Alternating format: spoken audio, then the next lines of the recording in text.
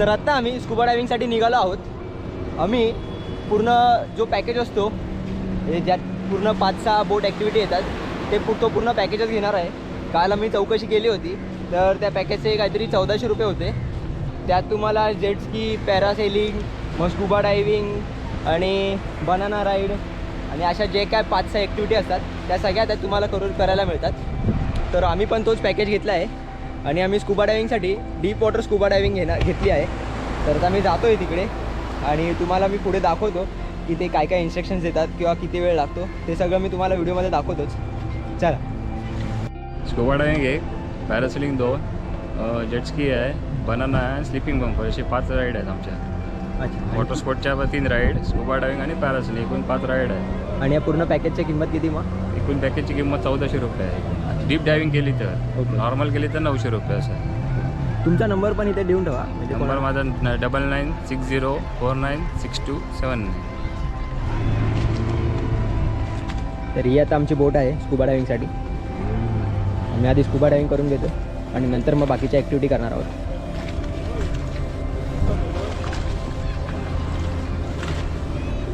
आणि इथे oxygen cylinder,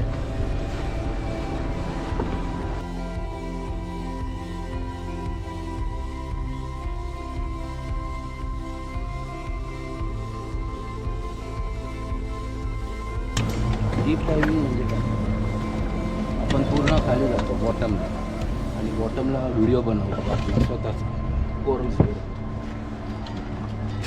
आणि जास्त वेळ पाण्याखाली राहतो त्याला डीप डायव्हिंग।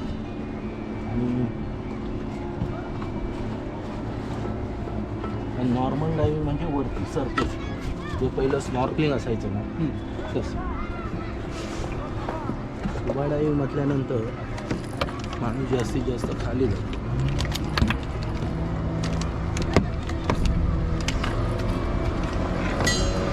स्कुबा डायव्हिंगला पोहायची काय आवश्यकता नाही। समज पोहता येत नसलं तरी चालेल, पोहता येत असलं तरी पोहायचं नाही।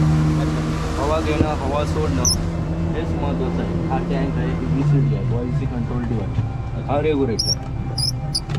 पहिला फर्स्ट आहे, सेकंड टँकमध्ये हा प्रेशर घे, हवा दाखवतो आणि हे BCD कमी। हा 4 दिवसाचा कोर्स असतो open water. Open water course केला की तुम्हाला हे सगळं शिकवलं जातं, फिनिंग, हे खोलणं झोलणं।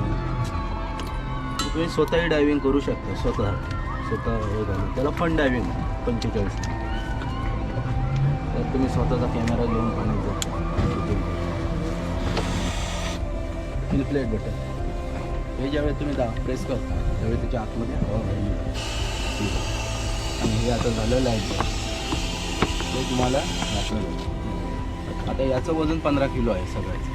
हे पण तुमचं जे काय वजन असेल 80-90 किलो ते तुमचं वजन हे उठवणं पाण्यात। तुम्ही असे निवांत झोपू शकता, लाईफ जॅकेटसारखंच वरती राहतं आणि वरून खाली बघा। खाली बघताना काय करतो, हवा घेतो, हवा सोडतो, त्याला मास राहतो।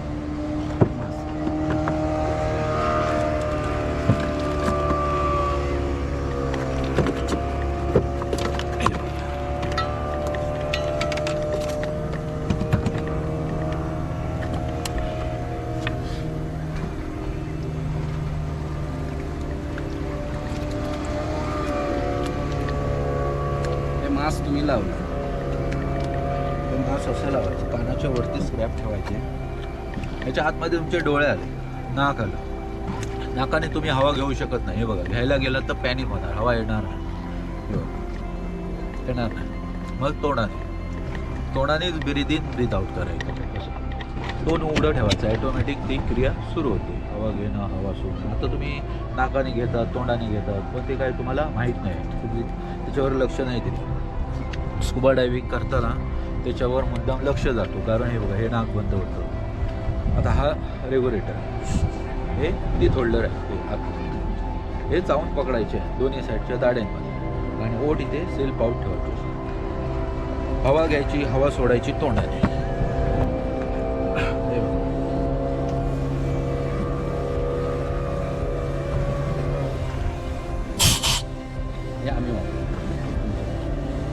हे चावून पकडलं, लिप्स इथे सील पावतो. हवा घ्यायची, हवा सोडायची, यात हवा अशी घ्यायची. लॉंग ब्रीथ घ्यायचं डीप आणि सोडायचं. हॅलो, लॉंग ब्रीथ घ्यायचं आणि सोडायची. तोंडाने घ्यायची, तोंडाने सोडायची.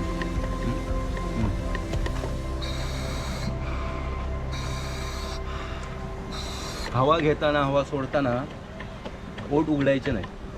हे बघा, लिप्स असे ठेवले, हवा घ्या, हवा सोडा. पाण्याखाली तुम्ही असं करायचं नाही. हवा घेताना सोडताना ओठ उघडायचे नाही, लिप्स खोलायचे नाही, पाणी जाणार. ते असं केलं तर साईडने पाणी जाणार. त्यासाठी तुमचं कंट्रोल पाहिजे तुमच्या लिप्सवर. असं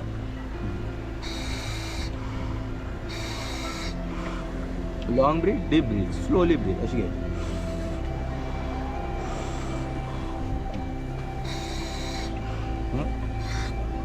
चावून पकडलात ना दातामध्ये, ते राहणार आहे. हाताने पकडायची गरज नाही. आणि नोज बंद.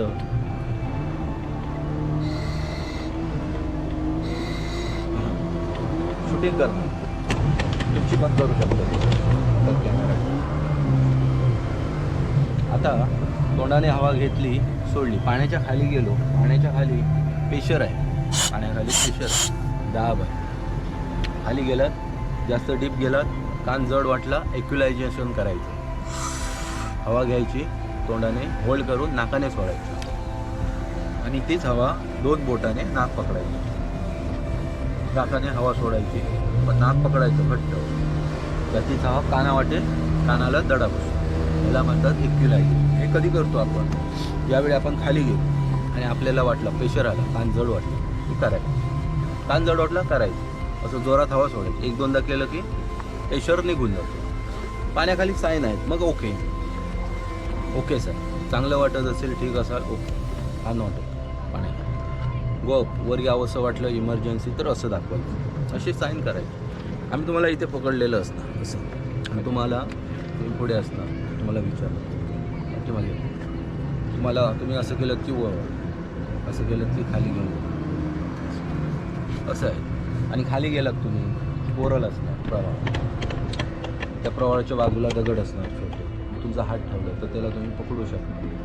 डायरेक्ट कुठे पण पकडायचं नाही. स्टोन फिशेसचा पाय पाठीमागे घ्यायचं, उभं नाही राहायचं किंवा बसायचं नाही.